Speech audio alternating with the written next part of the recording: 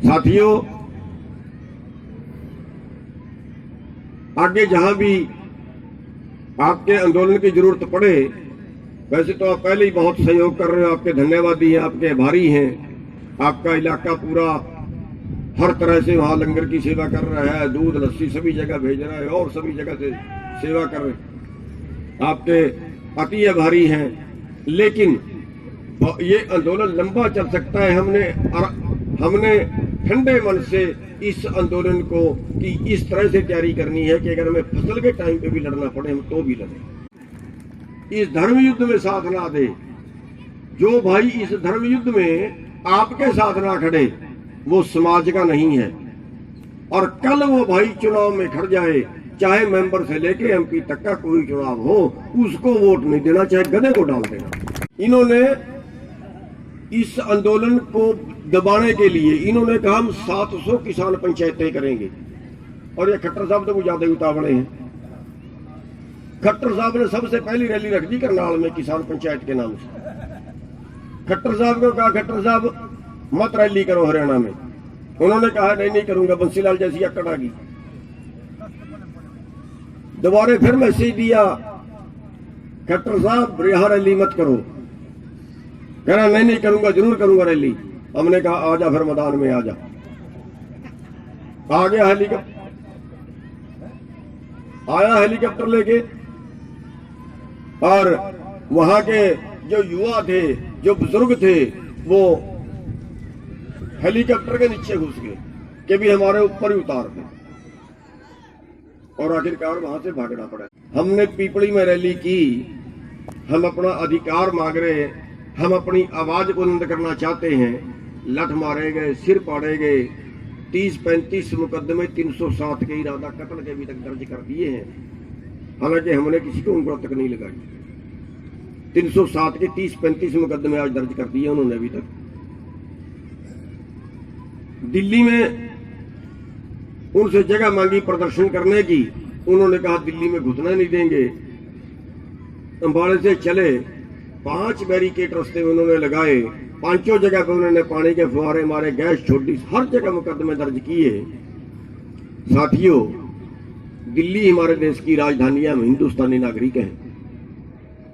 हमें दिल्ली में नहीं घुसने दिया, हमें रैली नहीं करने दी, हमें हमारी मांग जो हम मांग बड़ी वाजिब है, देश को बचाने की है, उसके लिए हमारे पे क्रूरता बरतते हैं, मुकदमे दर्ज करते हैं।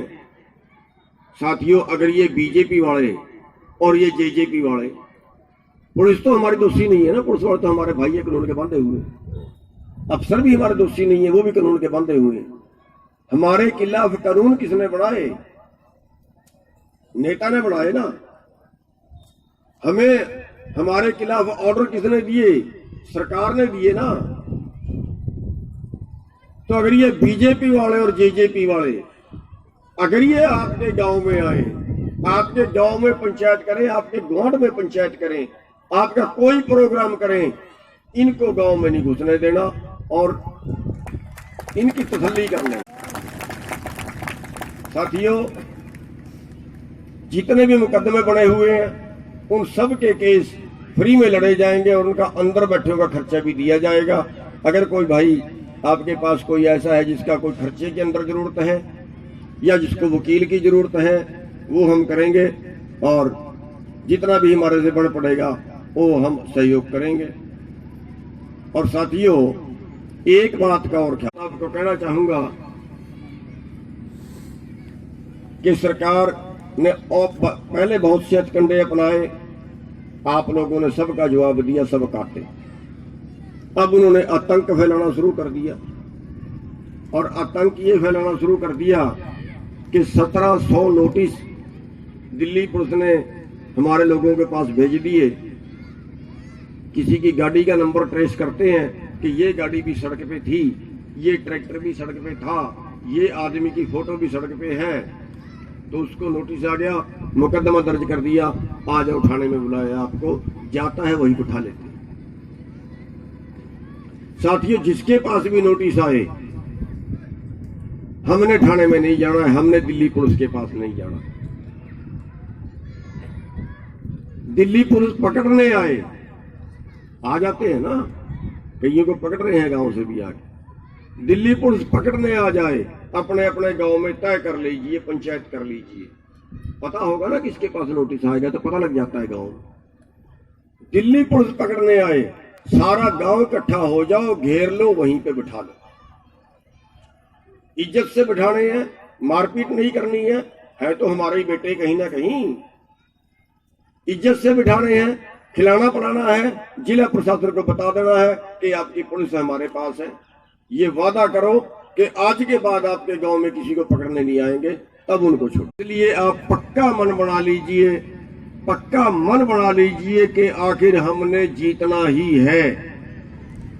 जब तक नहीं जीतेंगे तब तक हम अपने मोर्चे नहीं छोड़ेंगे। इस लड़ाई का रूप कोई भी हो, लाठियां लगे, गोलियां लगे, जेड़े मिले, कुछ भी हो। और साथियों, आज वक्त है, अगर हम आज ये लड़ाई हार गए तो याद रखना कि ये रोजगार हमारा गया और हम दोबारा लड़ाई नहीं लड़ पाएंगे। अगर हम ये लड़ाई आज हार गए, हमने इस तरीके से लड़ना है कि चाहे जो मर्जी हो जाए, चाहे नुकसान हो जाए, चाहे कुछ भी हो, लेकिन ये लड़ाई हर हाल में जीतने तक लड़नी पड़ेगी। चाहे 2024 तक भी लड़नी पड़े तो भी लड़नी पड़ेगी। अगर फसल का टाइम आ गया है, हमें फसल भी संभालनी है और लड़ाई भी लड़नी है। उसके लिए ढांचा खड़ा करना पड़ेगा। आप लोग पंचायत करके सिस्टम करिए कि हमारे 50 आदमी वहां पे रहेंगे धरने पे, अगले 50 4 दिन बाद चले जाएंगे, पहले वाले आ जाएंगे, उनका खेत का काम पूरे गांव वाले मिलकर संभालेंगे। इस तरीके से आपको ढांचा खड़ा करना पड़ेगा, इस तरीके से लड़ाई आगे हमें ले जानी पड़ेगी।